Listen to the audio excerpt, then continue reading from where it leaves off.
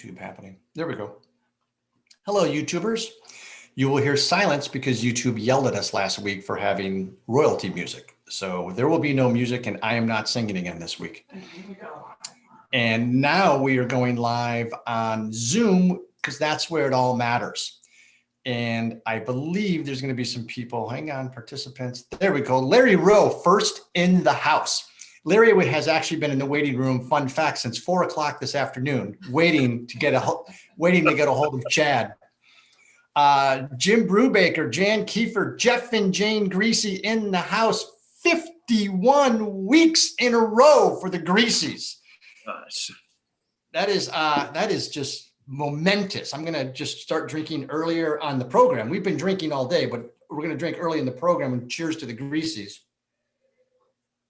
Julie Fogarty, Catherine Jurika, Meredith Davis, Peter Glick. Peter, thank you for the order earlier today, sir. Timothy Gilmore, new name in the house. Timothy, welcome. Eric and Lauren Klein doing things right. This is, I think, the 5th week in a row for the Kleins. For those of you that are new, I already see people in the chat. That's outstanding. My name is Martin Cody, co-founder of Cellar Angels, and with me, as always, is Mission Control co-pilot, the brains behind the operation, remains off camera this week, Denise, who is the invaluable component, and also behind the scenes, who's never on camera, might not even exist, but if she is on camera, it's all pixelated. I'm not certain what that's about because she did pass the background check, is Ivy. Our sommelier tasting note extraordinaire, who also is the Jane of all trades. And speaking of Janes, I think today or yesterday is the birthday of one Jane Greasy. So happy birthday, Jane Greasy. Again, this is going to be a long night if we just continue to drink in the first 3 minutes. Happy birthday, Jane. I do want to just pay special mention to all of you because this is 51 weeks in a row. 51 weeks for Cellar Angels. This is our 4th location that we've actually broadcast live from.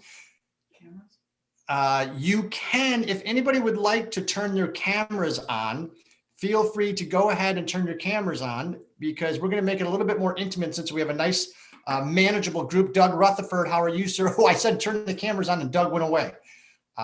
Oh, actually, Doug's now going to be on camera. I always forget how that works. There he is. There he is. Mark Shallenor, how are you? Good to see you. So this is always week in and week out. Julie Fogarty, week in and week out, a journey of wine discovery. Now, 51 weeks ago, Chad was our guinea pig. Chad was first. Chad said, sure, let me throw my career out the window. Let me just forget about winemaking forever and jump on a Friday night and see what happens and throw a caution to the wind. And so Chad is back to start year 2. We're going to get into Chad in a second because he's going to talk to us about not just wine discovery, but vineyard discovery. Because if you've been out to Napa and if you've had enough small boutique wineries like we all have, you start asking yourself questions like why do these people source wines from here? What goes on in the winemaker's mind that they want to pick this vineyard source? So we're going to go deep into Chad's cerebral cortex and actually analyze why did he choose the vineyards that he has chosen for his wines. Prior to that, we have a poll question for everybody. So Denise is going to launch that because we recognize there's 2 questions in one format. I don't even know how to phrase that, but we recognize as things are starting to look a little bit better, vaccination wise, pandemic wise, Friday nights may compete with Cellar Angels. And we want to be respectful of date night. We're respectful of actually getting out into the world. So we're curious if there was another night you want to do this, doesn't have to move, but as more and more people get vaccinated, would you prefer to have SIP on a different night? And if so, what night? So go ahead and feel free to chime in and vote if you can. I don't see any votes. I did the panelist thing. Oh, there's a vote. Okay, a few. People are texting me. People are texting me their votes, which is a seldom official format. Good. So anything works. We could even do 2 or 3 in one day. That's fine too. We're a very versatile group. We could do 4 sips on a Friday, then we just take the next 3 weeks off. I think that would be fun. Maybe 3 o'clock we could do it all day. Mark Challenor has selected Friday. Can't submit the answer. We might have to pay our Zoom bill because apparently the functionality is not working. So we will see what happens. I like these bold people. And then the second question, good. I see. What type of time frame do you prefer we move to another night? Select one answer only. Oh, you guys are awesome. Jim Brubaker, hello, sir. Jan Kiefer, hello, sir. Hello, Kiefers. I was going to say hello, sir. Yes, production studio. Peter Glick has his hand up. Peter Glick has a question. No question. Stop bothering me. So if in fact we, has everybody voted? Nod your head. Jane, okay, Jane nodded, good. Jan's waving no. Scotland would. I cut out by accident when you asked the question. That's okay. We have that effect on technology. Ask anybody that's endured a year with us. Perfect. We've got all the votes in. We'll tabulate those and then make a decision. So Denise is going to end the polling, and just not Thursdays. Lots of wineries pile up that night. Good. Appreciate that. Doug Rutherford to everybody. Thursdays are out. Sundays at 9 a.m. also out. But other than that, I think anything's fair game. So I can see a lot of people sitting in mass, just participating in the polls at 9 a.m. That goes over well with Monsignor. That's the Catholic upbringing. I departed in 2nd grade, but somehow or another, these haunting memories still exist. So let's get on with vineyard discovery, because this is something that has fascinated me, and we've all looked at over the last several weeks. We've had a very good deep dive educational series on Bordeaux, Burgundy, the Rhone, and juxtaposed to that, comparing and contrast, as always, Napa and Sonoma. So behind me is a very, very famous vineyard source that we're going to talk about, but I would be remiss if I didn't, raise a glass to tonight's guest, who literally did start things off 1 year ago today, as the pandemic was just descending upon all of us, and decided, yeah, let's have a community of wine drinkers celebrate everything we have to celebrate. And Chad Angelo, here's to you for going ahead and taking this journey with us. Thank you, sir, and welcome. Thank you. Cheers. For the record, we've all drank 4 times now in the first 8 minutes, so this is going to be a good episode. And let's remember that this is easily the most entertaining hour of wine. Specialists in Napa and Sonoma, we drink serious wines. We just don't take ourselves that serious. So Chad Angelo, let's get back to the heart of the matter. Chad, by the way, is in Colorado, which again is a story in and of itself, because how does someone make wine in Napa from Colorado? So let's start with your interest in wine began when, and then jumpstart from there when you decided, okay, I actually want to do this and make wine. Okay, well, I actually started to know about wine in college. Back in Missouri is where I went to school, and most people don't know, but Missouri is the 7th largest producer of wine in the United States. And most people don't know they were the first AVA in the United States. Yeah, that's exactly right. First and oldest. So I was able to go tasting in Missouri because they didn't have tasting fees. So poor college student, free wine. That started it off. So after my career in college, started in St. Louis, still a bunch of wineries around there, German style, fruit wine, so forth. Then I was in Dallas, which huge mecca for food and wine and booze. Got into a lot of it there. Then I actually started a winery in Temecula, California before I started this.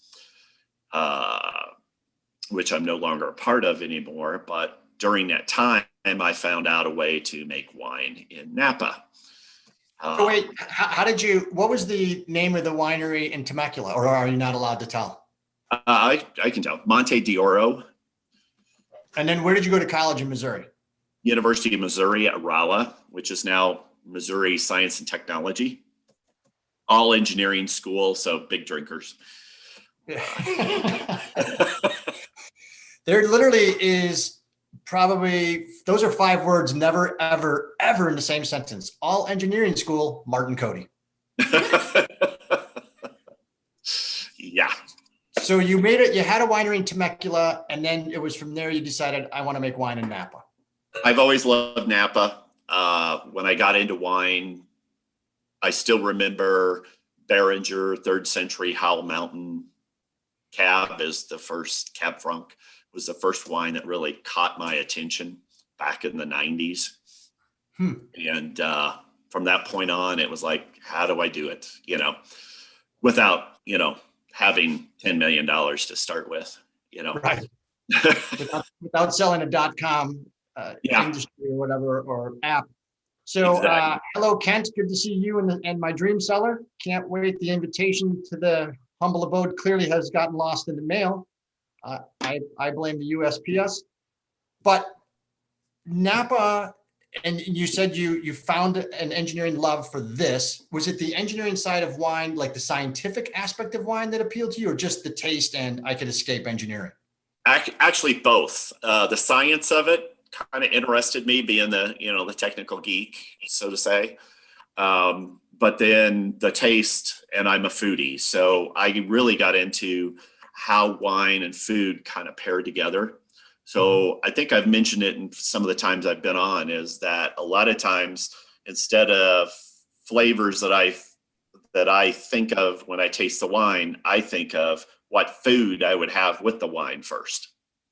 So that's kind of where it kind of started. As I started, then I started figuring out, learning about AVAs and so forth. So I started going through the different AVAs in Napa to figure out what I liked.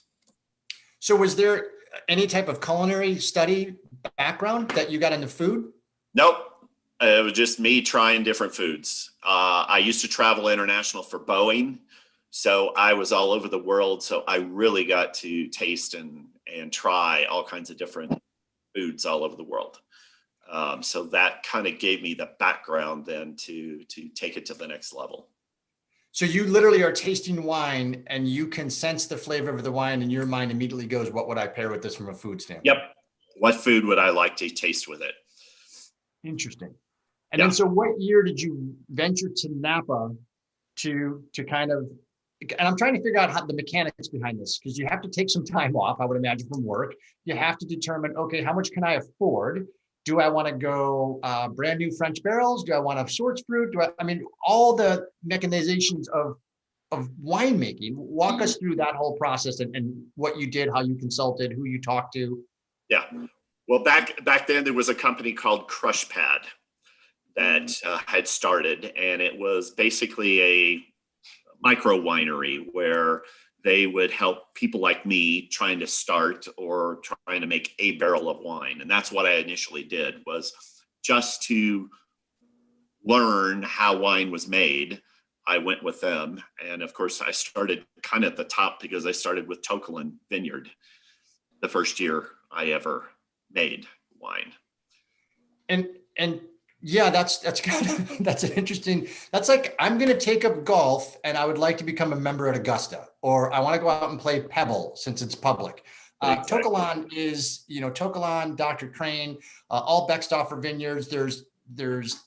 It's kind of like real estate in that capacity. Well, it is real estate, obviously, because they're vineyards, but there's certain areas around the world that these pieces of land command significant dollars, and Tokelin is certainly one of them. So what drew you to Tokelin?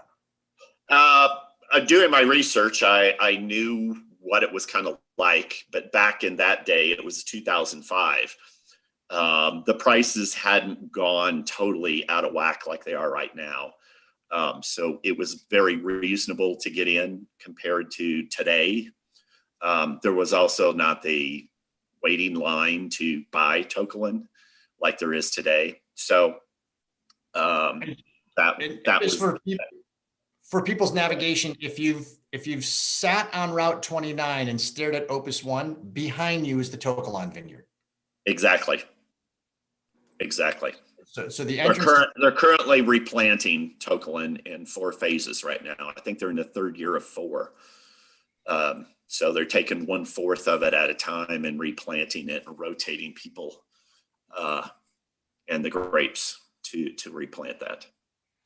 And so did you sign an agreement with them for X amount of tons, or did you say, I want to subcontract everything? I want you to pick the grapes, the wine. I'll just take the bulk juice down the crush pad. Actually, Crush Pad already had bought the grapes, and I bought them from them to do the first barrel. So that's how it kind of started back then, as opposed to what we're doing now. Crush Pad is no longer somebody else's. It's under another name, another company. But some of us that were in Crush Pad have all left, and we have our own facility now. So we source grapes either ourselves or with the group that we're in.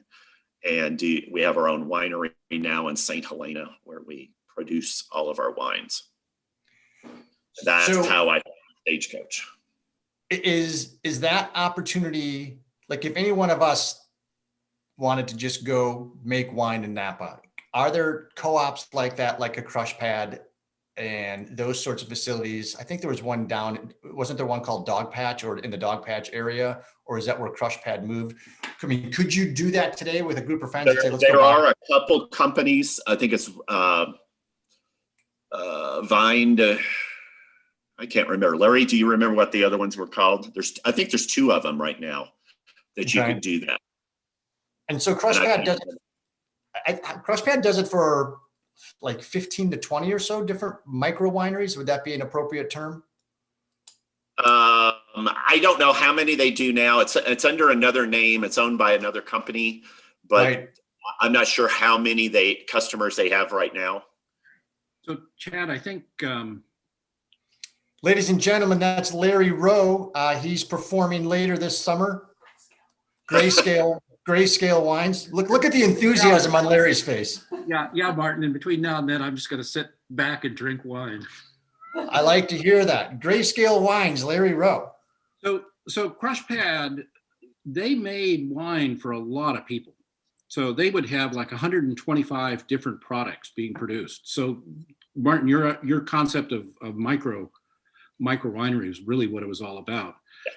When they left the Dog Patch area, which is by the San Francisco Giants stadium, there were a lot of people who wanted to still make wine and lived in the city, and so they didn't want to go up to Napa, which is where Crush Pad was moving. And so there were some people who spun off of Crush Pad and stayed and kind of resurrected the same thing in a similar space, and that was what was called Dog Patch. That was Dog Patch Wines or something like that. And then Crush Pad moved around a couple of times, and then one of the executives, along with one of the winemakers, spun out and started the co-op that Chad and we are part of. And so awesome. we kind of share services, if you will. And usually different vineyards, different styles, whatever. So then when Crush Pad went under, as Chad said, there was a company or a guy who bought it, and he's recreated that concept in Napa, and it's called the Wine Foundry. That's right. I couldn't remember. That's right. Yeah. You want to go make wine, call the Wine Foundry. They'll do the same thing that Crush Pad was doing. But it turns out there's a lot of people that are willing to do that for you. So it's not as hard to do as I don't know, Chad, when you first got into it, you'd already been in the wine business, so you kind of understood the process. But when we got into it, we didn't know much at all. So yeah. So Chad, you're saying it, and Larry, I think echoes this. If there's a Cellar Angels cuvee in the future, it's not going to be that difficult. We can do that. Oh yeah, we can get you hooked up. Awesome. And it's interesting though, because when you think about the last 4 weeks we just did from the educational series, and we talked about the negociants in France, it's not that and the garagiste, where you're making wine in kind of the garage area or a shed, which is what they were doing in Bordeaux for years on the right bank. And then you have the negociant who's facilitating kind of the movement of grapes over to the production facility. So it's a more advanced model than that. You just don't own the land. You don't own the facility. You're just producing the wine. Right. And that's one of the big things that changed over the years in Napa and Sonoma from the 50s, 60s, and 70s to today, was that back then, if you were a winery, you grew your own grapes, you made the wine and so forth. Well, as it got later and the licenses and how the government saw stuff, it allowed people to not own land and allowed a little more freedom on how you could create wineries. So a lot of companies like Larry's and mine, and you can even go to the Prisoner, Oren Swift and so forth. They really don't own any land. They buy grapes, they buy juice, they do whatever. They're not in that business of growing grapes. Right. In today's world, you have wineries that they grow grapes and sell a bunch, and they may keep some and make their own wine. You have other companies that they just, like Beckstoffer, until just a few years ago, they never made wine. They just sold grapes. Right. So And you have that combination of what's going on. But Larry and I don't have $800,000 an acre to buy land in Napa to produce, 2 or 3 tons of grapes for a barrel of wine. No, and $800,000 would probably, like you said, only get you an acre or so. So you're at Tokelon. It's not that bad. The average is somewhere between 400,000 and maybe 500,000, and it's gone down a little bit the last 6 months. On the other hand, if you want Tokelon, I don't know, Tokelon would probably go for $1 million an acre. Yeah. So it's very dependent upon where the land is and whether it's planted and what the reputation. What it's planted with. Yeah. Right. Yeah. So you had Tokelon originally, and then Yeah. you decided to move from there. And where did you move from Tokelon? Did Howell Mountain for 3 years.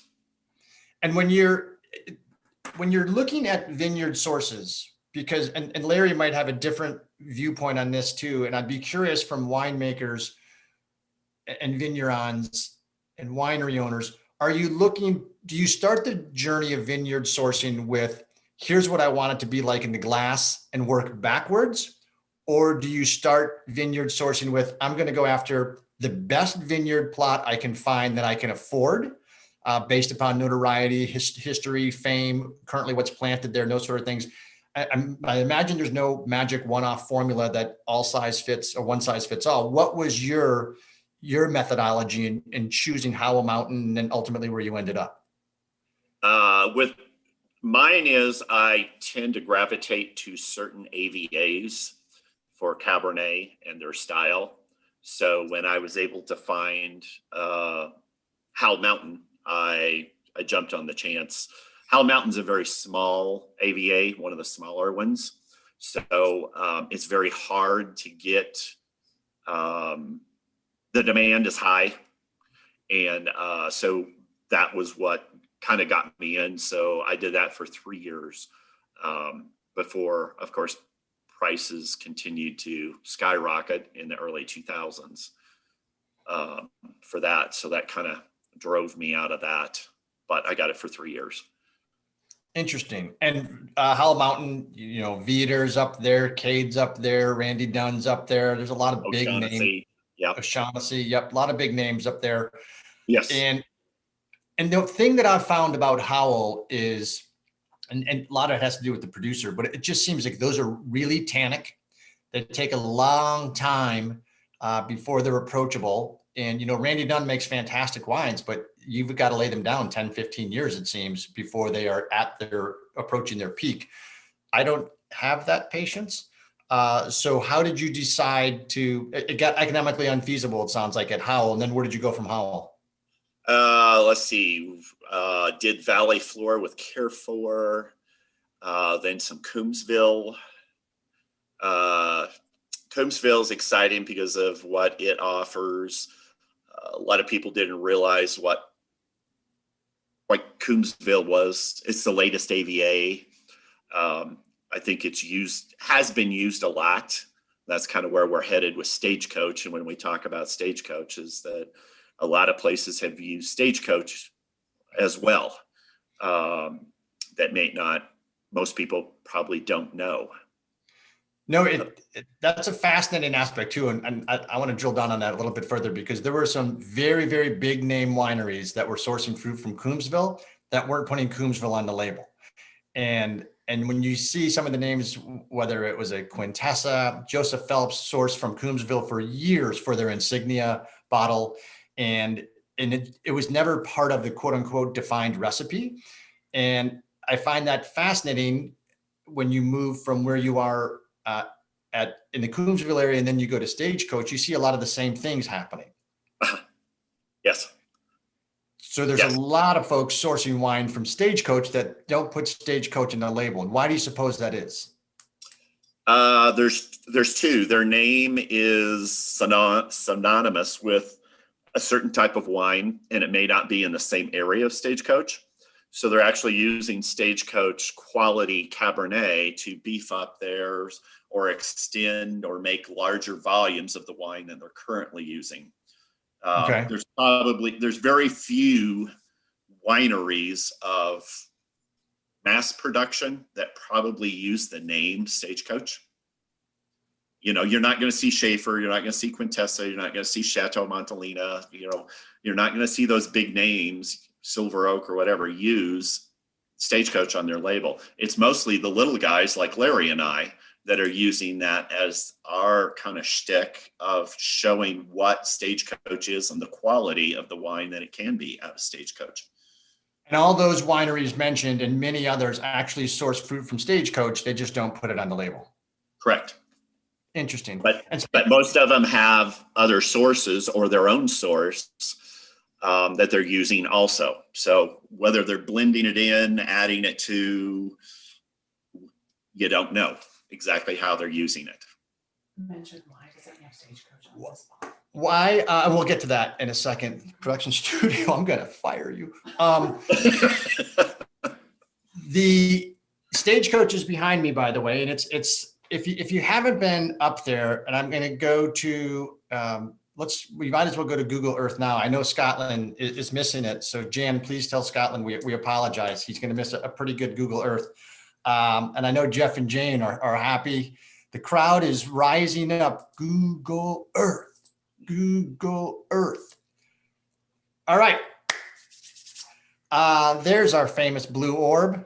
Mother Nature's son's trying to cook it. We're trying to make it easier, but we will skip the environmental lesson for this evening.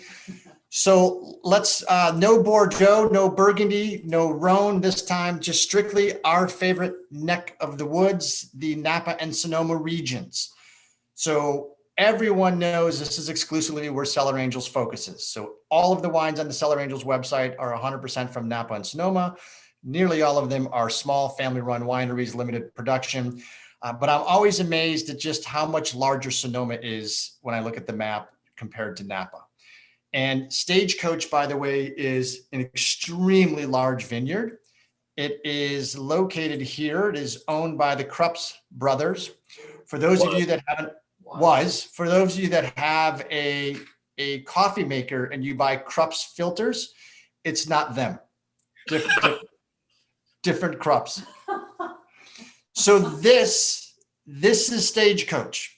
And if actually I'll back out a little bit so you can see, here's the valley floor down here. So it's up in the hills. Here's Yountville, Oakville so you can see where we are. And as we talked about in the previous sessions on Bordeaux, if you remember all of the great Cabernet regions on the left bank and the Medoc, they're all river bottom. But also you have some of the great wine regions on the right bank. They have a little bit more topography. Some of the best wines in the world comes from benchland vineyard sites. And this is clearly not valley floor. This is benchlands, even a little bit of mountain if you could be so bold. 600 acres owned by the Krups brothers, 400 of it or so under vine at one point in time. But you can see the outline of it right here. This is a big, big, big area. And it's pretty cool when you can drill into it and see just the relief. So now you can, again, see the aspect of the mountain side of this, Yountville over here, Oakville. This is essentially a cliff that you could fall off and do some damage to. And then all of this land is now owned, sadly, not the Krups brothers, the two doctors, but by Gallo. And so Gallo bought this in 2017. And some of this, for those of you that golf, remind me of Old Head Golf Course in Ireland, where you could literally go off a cliff just by walking in the wrong direction during the fog. This is a staggering piece of land. And Chad, I don't know which vineyard block of this is yours per se, and we'll show a little bit of some of the blocks later on. But talk to us a little bit about what drew you to Stagecoach and the wine that you wanted to produce from here. Well, the first thing was, this is what they call mountain fruit. You're up, like 1,200 to 1,700 feet. So the heating and cooling is quite a bit different than the valley floor. And I think that it gives a different flavor to the grapes. The other thing was, this is the largest continuous vineyard in Napa. So since Gallo's taken over, they've actually planted more of the area in grapes since they've taken over. There's all kinds of little blocks, and they make Barry just answered it. they probably have 15, 18 different grapes up there. But Cabernet is the big one that comes off of there. They have, Merlot and Malbec and Cab Franc also that they sell, but the big one is Cabernet that is king up there. Like I said, the heating and cooling, you got to realize how far south in the valley you are. So it does get that heating and that cooling fog effect coming up off the bay, and you can kind of see from the topography, it has kind of a bowl effect up there that some of that cool air gets stuck in up there on the mountain. So it does change with all of that. And here, just for folks that are familiar with the area, I mean, this is Chapelay, this is Ovid. So you've got the whole Pritchard Hill area up here, very, very close by. And then as you move down here, you've got the whole Antica area and the Italian dynasty that is there. Acumen sources their wines over here, but there's 400 plus acres up here under vine. And I'll show you, I mean, it's a pretty impressive area. And I can't remember, what is the elevation difference from the lowest to the highest? Like 1,200 to 1,700. Yeah, that's significant. So 500 feet elevation difference is pretty interesting. But from a standpoint of blocks, there are a lot of blocks in Stagecoach. So you can see just they're planted in every direction. They're planted on essentially every virtual slope you can find, north, south, east, west, up sloping, down sloping, southern exposure, western exposure. I mean, they're trying to get everything. Chad can't divulge where his is because it's a secret, but it is a very, very large vineyard block. And so you decided to go to Stagecoach because of the wine that you wanted to have in the glass. And what is the type of wine that you want to have in the glass? Well, I want big, chewy, bold fruit. I want the big tannins, the big acidity. And of course, the first year I did it was 2013, which some of you have probably had my 2013 Stagecoach because it's been offered through Cellar Angels.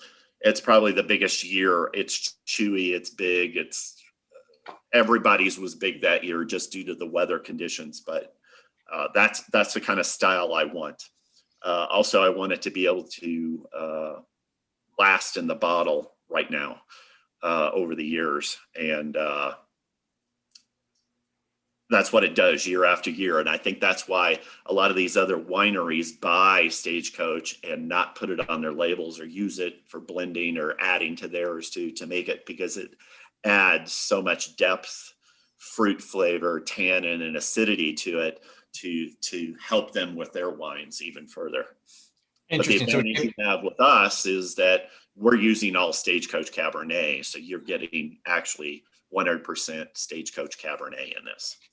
And Jeff Greasy, always my idol, also is drinking the 2013 right now. So living right. And I'd be curious, Jeff, write some notes with regards to the 2013 is 8 years old.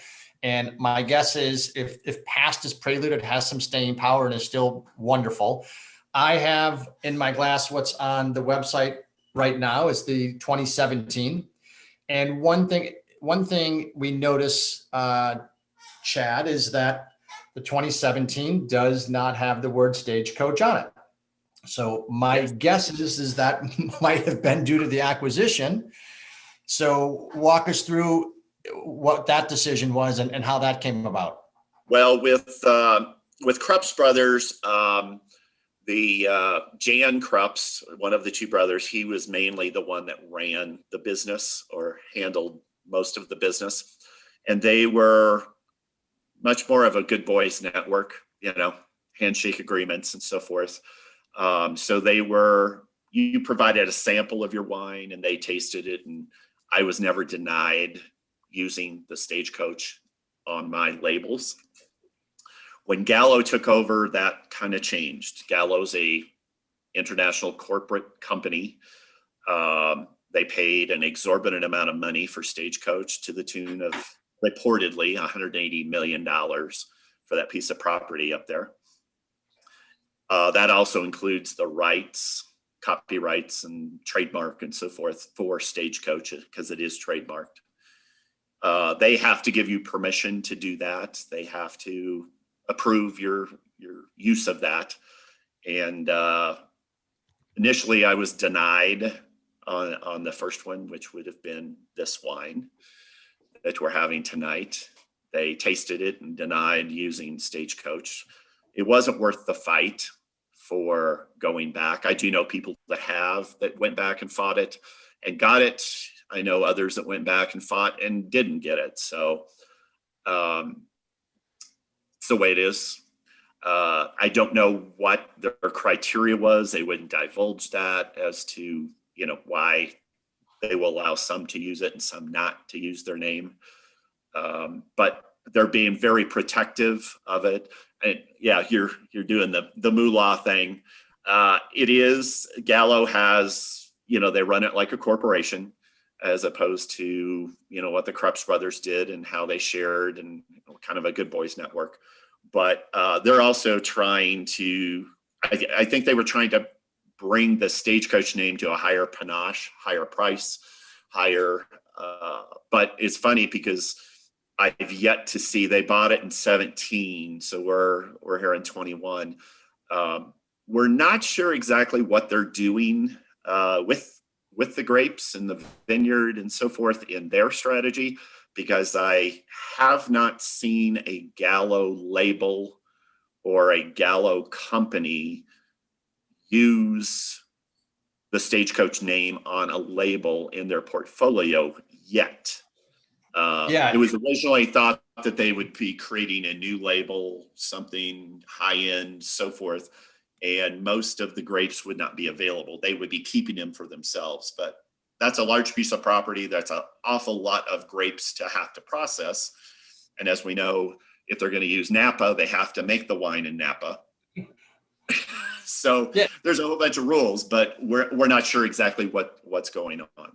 Well, I think, and you're right, they're an international organization. And it's funny because you started out talking about your love of fine wine actually came from Beringer. And Beringer produces wines at every price point, but they have the Beringer Reserve that people know, $150 a bottle minimum.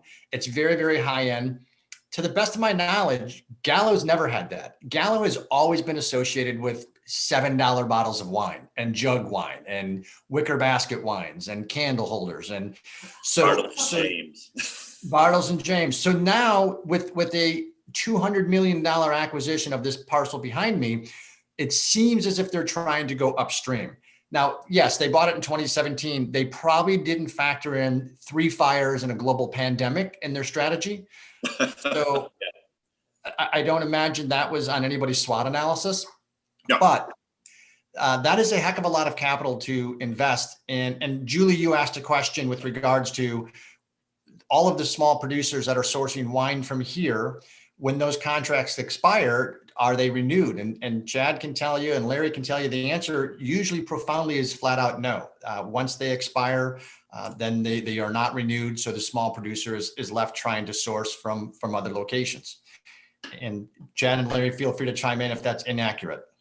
That was the original. I think they're letting up a little bit on that. Some are getting some grapes, but I think prices have significantly changed also. A couple of things. First off, Gallo does have an upscale set of offerings. They're made over in Sonoma. And the history is at least I find kind of interesting. It turns out when the Gallo brothers got started back in the 30s, and they knew they wanted to go into the wine business, neither of the two brothers knew how to make wine. So Julio went down to the local library and checked out a book that said how to make wine. And he used that for the rest of his life as the way you make wine. And in his opinion, you should never, ever, ever put oak on wine.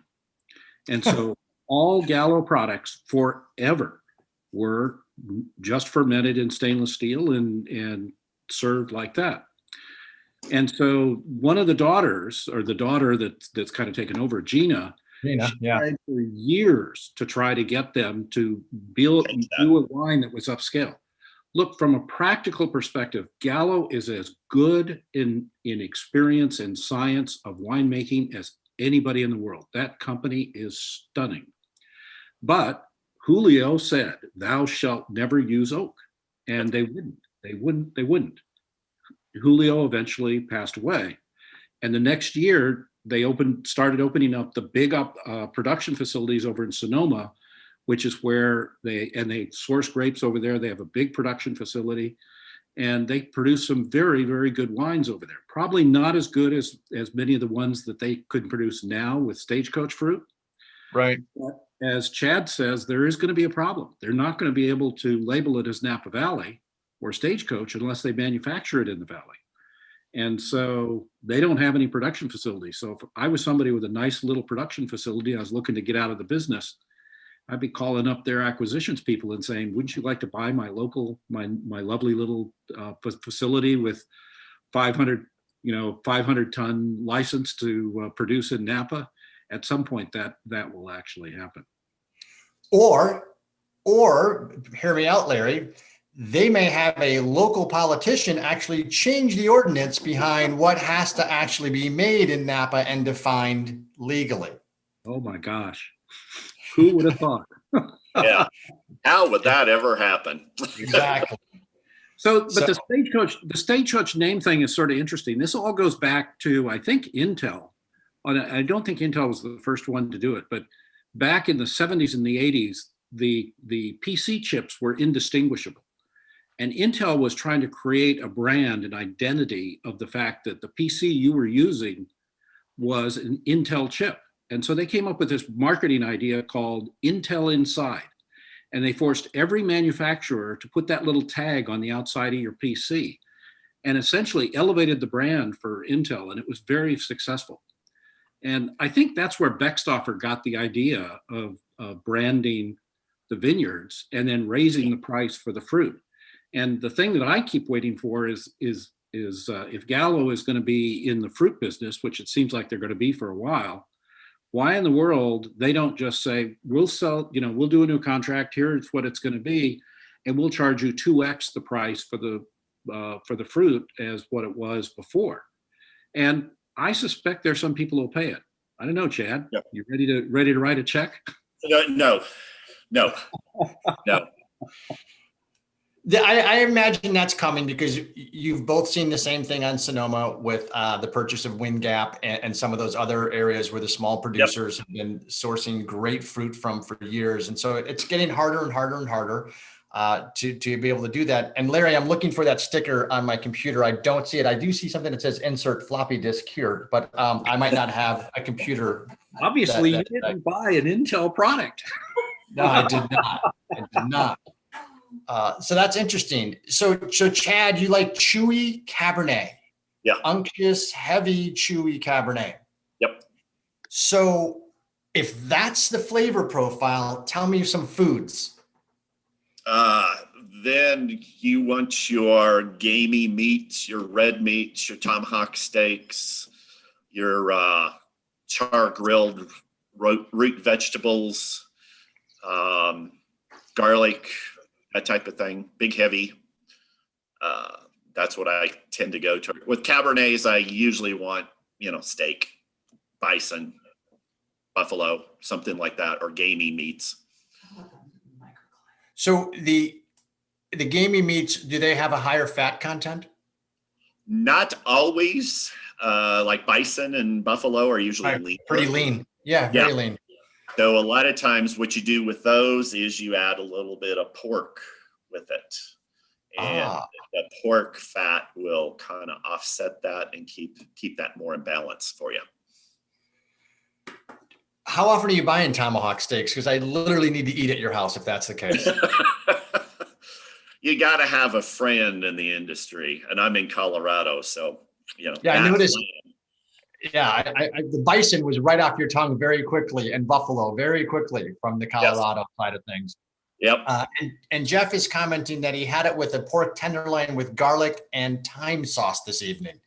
Oh yeah. So, and I've been to Chateau de Greasy before, and they know their way around a kitchen. I will tell you that much.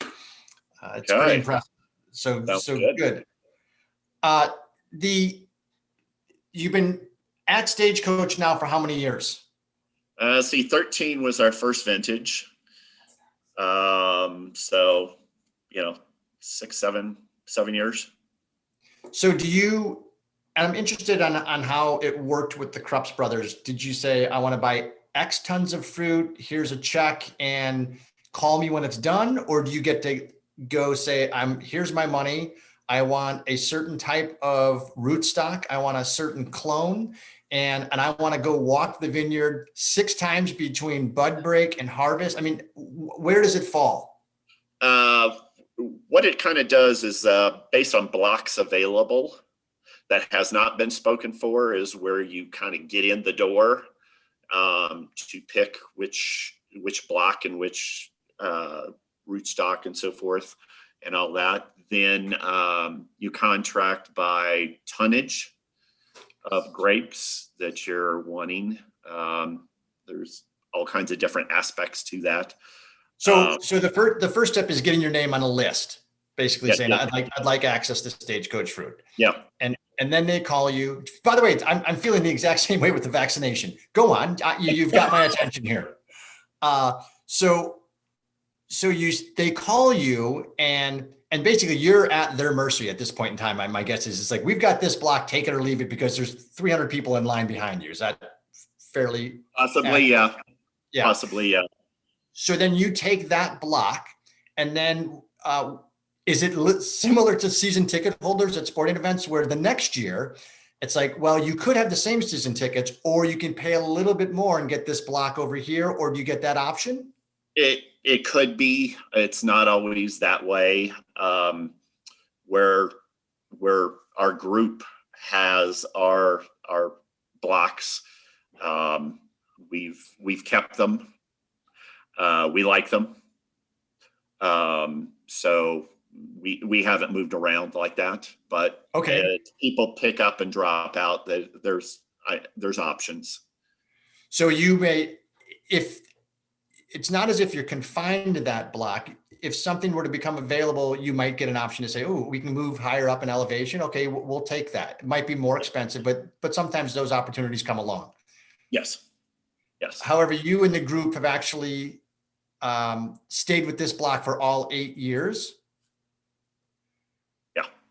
And do you control any of the farming, and do the producers get to actually farm their blocks, or prior to No. Gallo, we'll just call this BG, before Gallo, what was the farming and viticultural practices from a vineyard management perspective? They farmed it. Krups Brothers contracted and they farmed it. We did have input. For instance, we would say,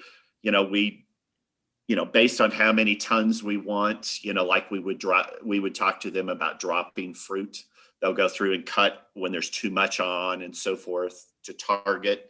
Because if you have too many grapes on the vines, there's too much energy and too many grapes. You want to concentrate into smaller amounts and so forth. And you also get to work with them. We get to work with them on when the grapes would be picked. So when it gets towards the end of the season, we would go up and check to see what the sugar content of the grapes would be. And we would discuss that with them as to when we would like to see them picked. And usually within a few days, they have them picked when we would target to do that. So once they're picked, then they're trucked off and to us. And from that point on, it is under our control with our winemaker and team and winery there in St. Helena. Oh, very cool. So at least you had some input to be able to kind of put your fingerprint on when the thinning and fruit dropping, so that you could actually, devote more energy to the remaining clusters. And then on ripeness, you got to make the call on that within a couple of days to say, I'd like these off, in the next 48 to 72 hours type of thing. Yeah, we would work with them on that. That's pretty cool. And all that has changed, obviously, AG after Gallo. It's becoming different. Yeah, we'll say that. It's not. They've got very good attorneys. I can already sense the way you're phrasing things. Yeah, certain things you don't want to say. No. Apparently, even the written word has trouble based upon the attorneys we heard from earlier this week from Opus. So that's another story. But deep pockets. Question, much deeper pockets. When you take the fruit to St. Helena, and this is where kind of the magic, artistry, science, engineering geek can step in, because now it's all you. So that's our group. Yeah.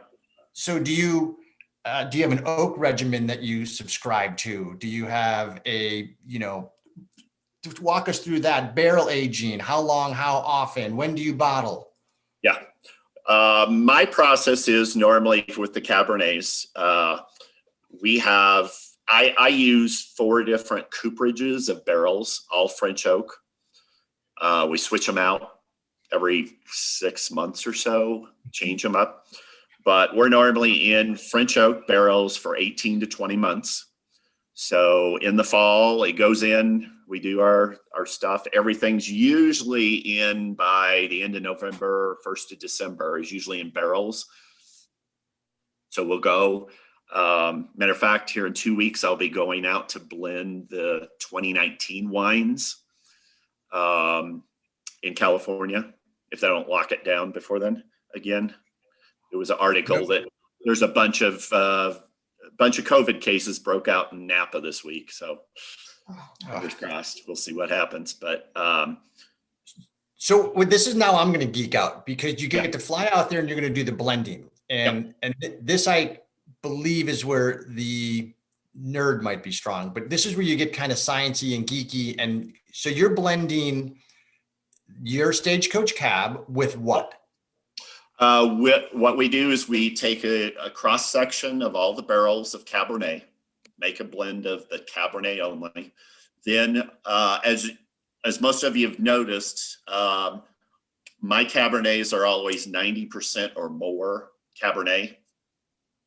So we will then look at Merlot, Cab Franc, Malbec, Petit Verdot to try to blend into there. I go by taste strictly. We'll sit there, sometimes takes 5 minutes, sometimes it takes 2-3 hours, or a couple days, depending on, how it all fits together. But we will try each, like a Merlot with it. We'll put a couple percent of Merlot in the Cabernet, and we'll put a couple percent of each of those in to see what it does, how it reacts taste wise. Who's we?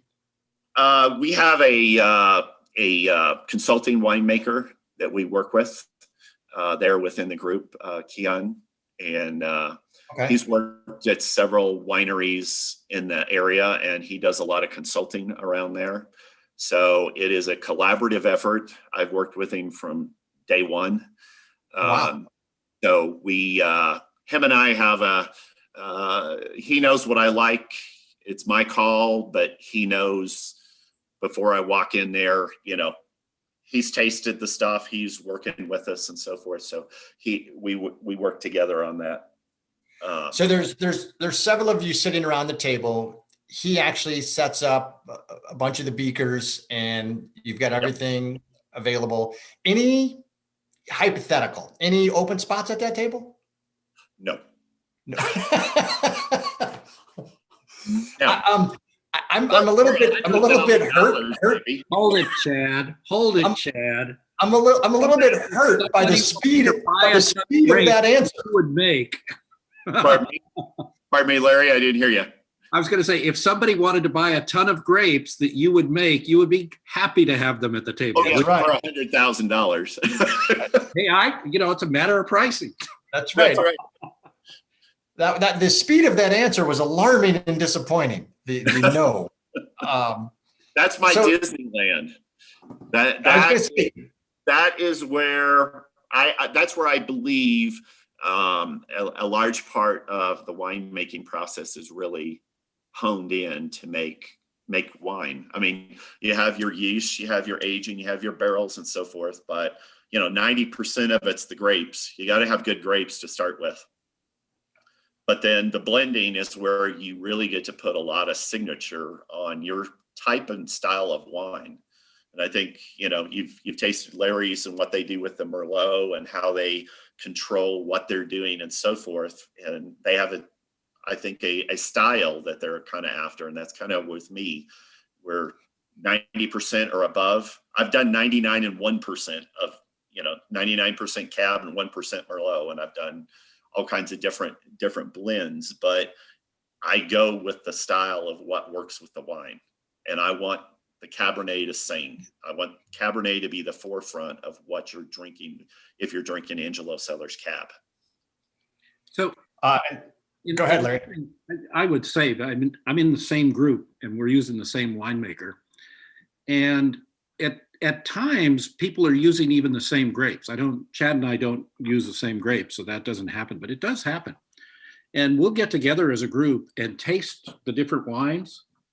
And on the one hand, there's a certain style that we can see, and it's kind of the Kian style, which is very highly respected. I've poured for a lot of people, and they just say, boy, this winemaker you've got is really good.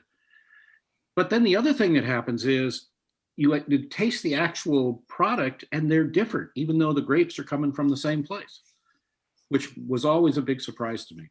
So if Chad and I lined our our bottles up together and we tasted them, and they happen to be from the same vineyard, which these days they aren't, it would be very different. You wouldn't think they were the same product. And that's, I think, what makes it more than half the fun. Chad, I'm almost afraid to learn the answer to this question. When does your contract with the Death Star? When does that expire? I'm literally getting endless attorney's letters next week. I promise you. You're dancing. Yeah. Look, the production studio says, why should next week be any different than last week? Well, that's what I was going to say. You've probably been in trouble before with. Yeah. So when does that contract end? The current contract that we were under ended in 2020. And unfortunately, with the fires in 2020, we lost all of our grapes for 2020 due to fire and smoke and so forth. They were not usable. So that was the end of the existing contract as we had. Gallo has reached back out, and they are offering some type of offering. I'm trying to be very careful here. I understand. Um, Sounds like 2 syllables. and I know this is being taped, so that's why. You're in the cone of silence. Yeah. So Gallo has issued new contracts to people, and our group is looking at that.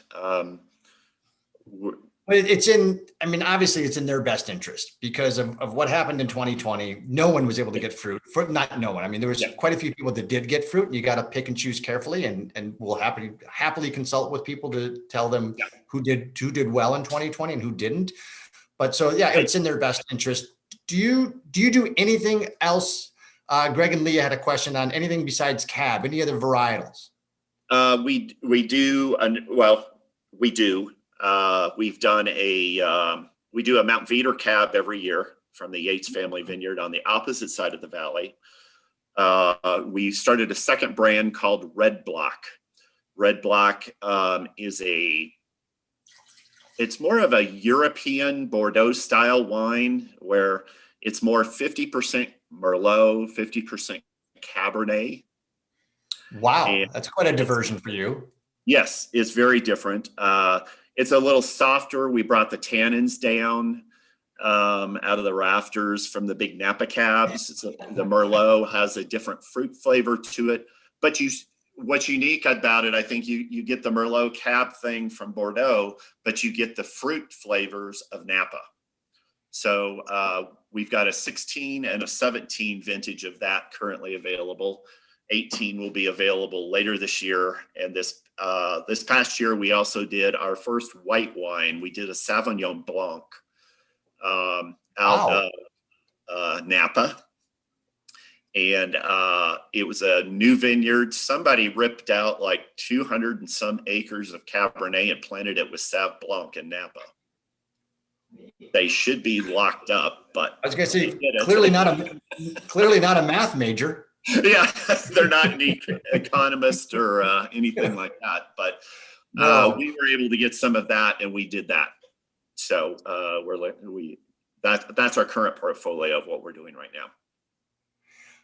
Last question: given the changes in the ability to actually purchase fruit, are you familiar with the Siduri Novi story, and is that impossible to duplicate? I am not familiar with that. So I don't know. I'll have to look that up and see. I know who asked the question, and so we will get an answer. And correct answers will be more expensive than just an answer. So that's true. That's true. That is true. Chad, I'm fascinated by this journey of how you discovered which vineyard sources you want to source from. And I would imagine Larry has different ones and each winemaker is different. So it's like if you talk to one winemaker, you've talked to one winemaker on how they source vineyards. This has been an absolute wonderful treat. I love the artwork on your bottle. It is some of the nicest bottles from an artwork standpoint I've ever seen. Oh, thank you. Tell me about... Is this your engineering artwork, or is that kind of the path? Is that all the points of people I hit when we did our flying expedition on yeah, that's the Google Flight Simulator. Yeah, simulator. No, I come up with the concepts for all the bottles and pick the colors, and then I have a person that is in the industry of labels and bottles and so forth, and they do the detail work for me on that. That's pretty cool. So the 2012 was the first time we did a silkscreen bottle. Awesome. Chad took a journey with us tonight. He took a leap of faith a year ago when we all started in this SIP pandemic insanity. Next week, we're going to also feature a young lady who we have fallen in love with in the last 8 years. Because she makes world-renowned rock star Pinot Noir. B, because she sent us a shirt.